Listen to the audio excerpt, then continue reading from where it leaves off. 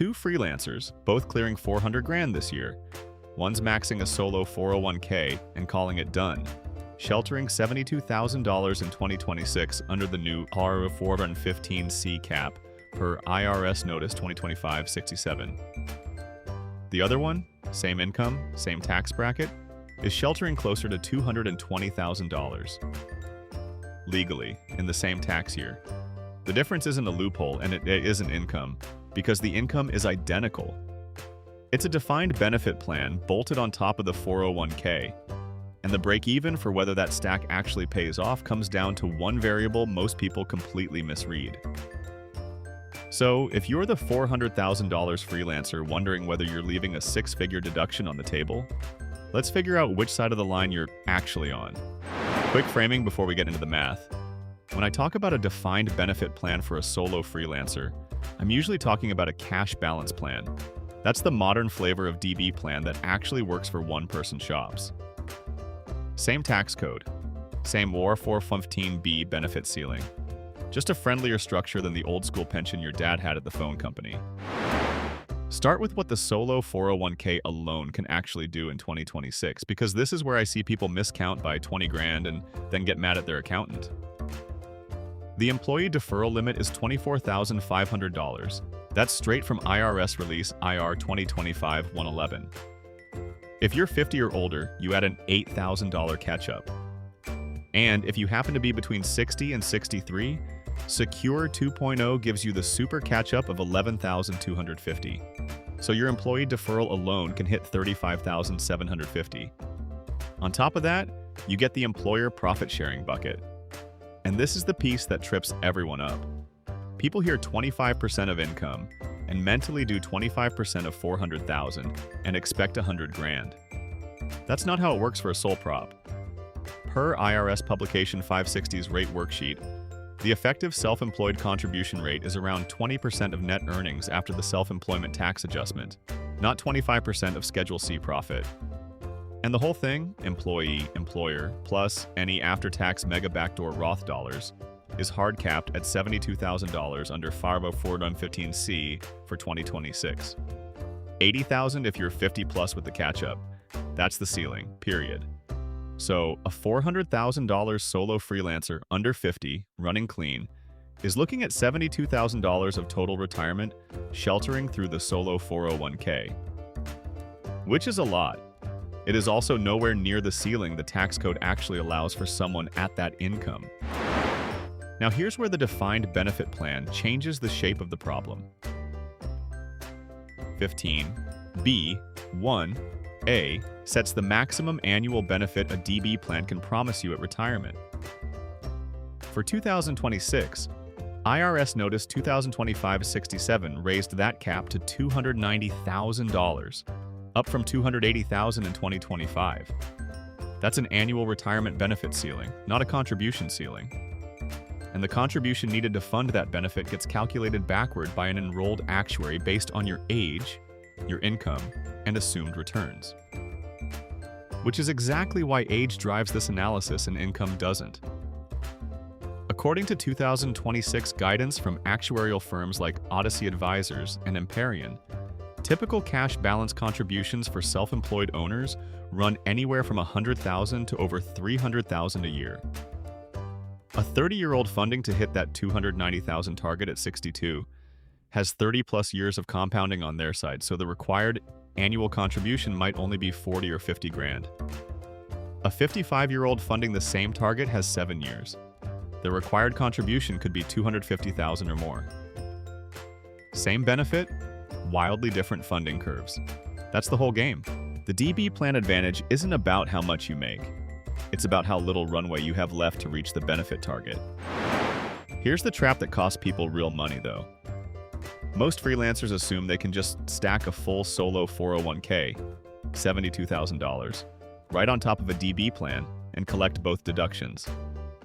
You can't. Or more precisely, you can pair them, but IRS combined plan rules kick in, and the profit-sharing side of your solo 401k drops from around 20% of net earnings down to 6% of compensation.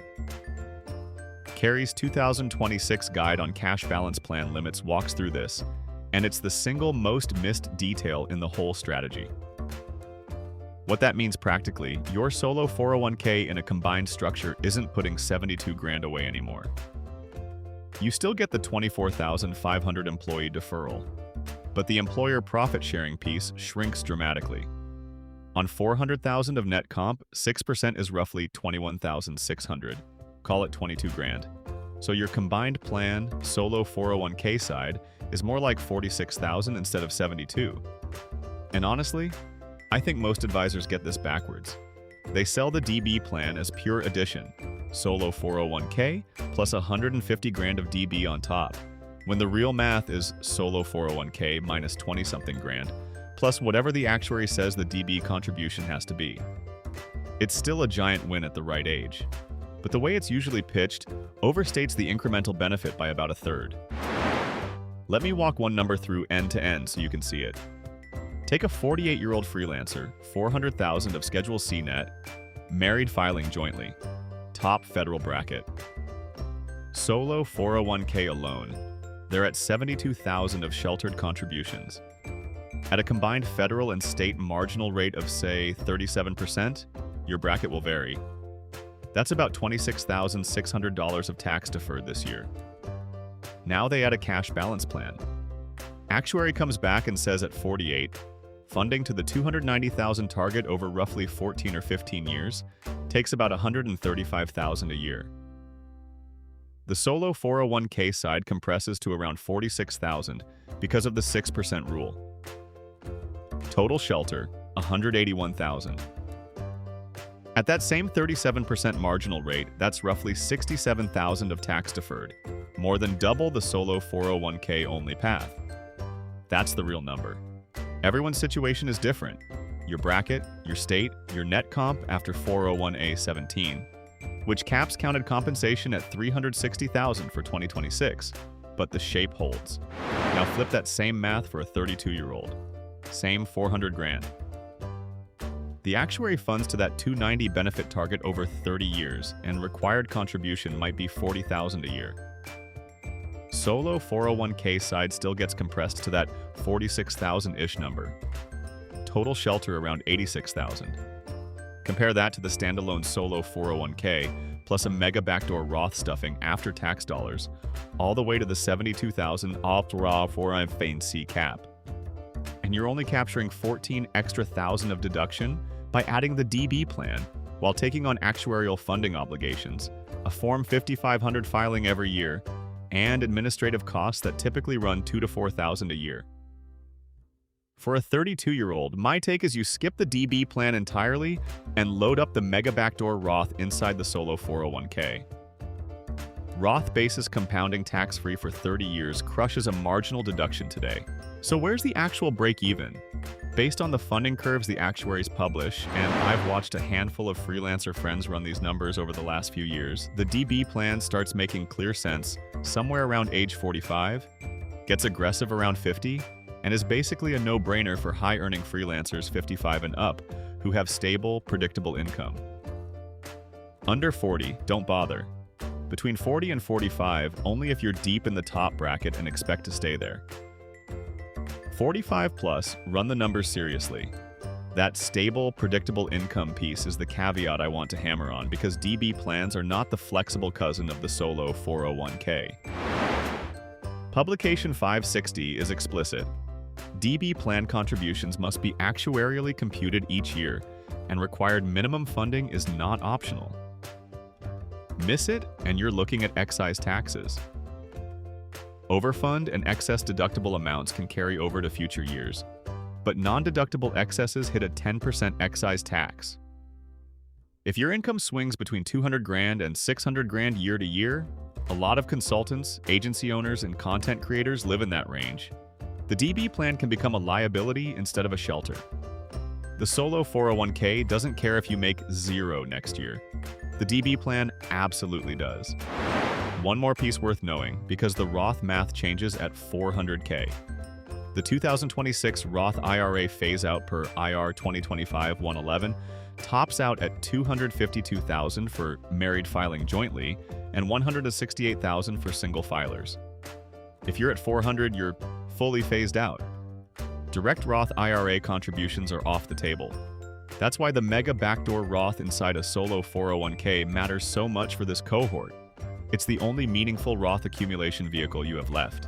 And it lives inside that $72,415 bucket.